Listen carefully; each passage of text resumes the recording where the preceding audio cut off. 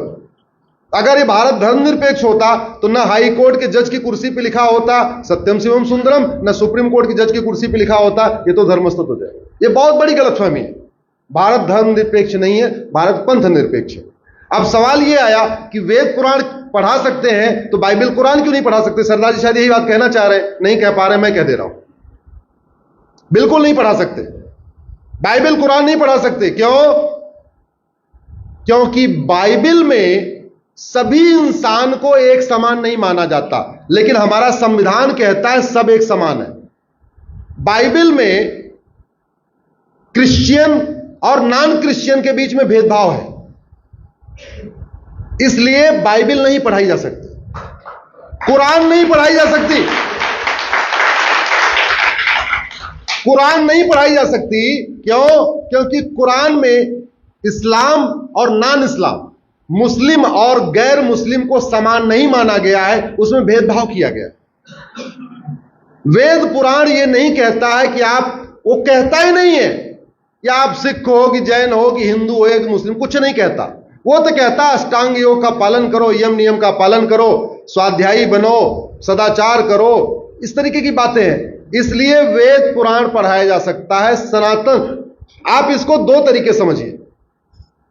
दुनिया में 1100 रिलीजन है, अगर भारत के परिप्रेक्ष्य में देखें तो दो तरीके, भारत में दो तरीके के रिलीजन है। एक इंडियन ओरिजिन रिलीजन, एक फॉरेन रिलीजन। एक वो रिलीजन है, रिलीजन और धर्म में सरदार जी, अब आप, अरे सरदार जी सवाल पूछ लिया, जवाब नहीं सुन रहे हो। हाँ, आपने पूछा, सुन तो लो। भारत में दो तरीके के पंथ हैं, रिलीजन है, धर्म नहीं। धर्म तो पूरी दुनिया में एक ही है, सनातन धर्म। दो तरीके के पंथ हैं, एक इंडियन ओरिजिन के रिलीजन, एक foreign religion. Sikhism, Jainism, Buddhism Bharat में शुरू हुआ, इसको कहते हैं इंडियन रिलीजन। क्रिश्चियनिटी, इस्लाम, ये फॉरेन में हुआ, इसलिए इसको कहते हैं फॉरेन रिलीजन। और इंडियन रिलीजन और फॉरेन रिलीजन में अंतर क्या है समझिए। Indian religion, Jain, Buddhism, Sikhism और हिंदुज्म में महिलाओं को बहुत सम्मान दिया गया है, महिलाओं को पूजनीय रखा गया है। फॉरेन, किसी भी फॉरेन रिलीजन में महिलाओं को पूजनीय कहा गया है। इंडियन रिलीजन में इंसान इंसान में भेदभाव नहीं किया गया है। गुरुवाणी में कहीं लिखा हुआ, आप मुझे बताओ कि हाँ जो सिख पंथ माने वो तो ठीक, जो सिख ना माने वो गलत है, कहीं लिखा है? नहीं लिखा है। गुरु ग्रंथ साहिब में कहीं लिखा है क्या? नहीं लिखा है। उसमें लिखा हुआ है।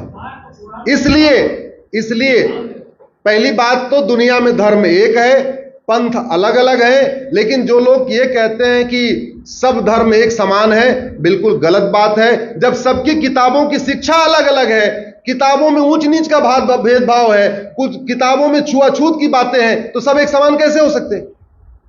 हाँ, हिंदुज्म, जैनिज्म, बुद्धिज्म, सिखिज्म की लगभग टीचिंग एक जैसी है।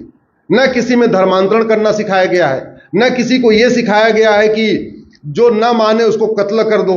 कहीं ये नहीं लिखा गया कि जो नहीं मानता उसको कैसे भी करके धोखा दे के, लालच दे के, प्यार से उसको कन्वर्ट करके लाओ। न गुरु ग्रंथ साहिब में लिखा है, न कहीं जैनिज्म में लिखा है, न बुद्धिज्म में लिखा गया, न सिखिज्म में लिखा है, न सनातन धर्म में लिखा गया।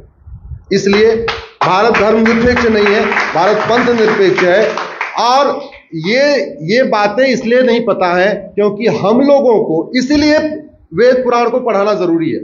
हमारे बच्चों को पता रहे, हमारे पास हर चीज का जवाब हो, हम कहीं अवाक न हो जाएं।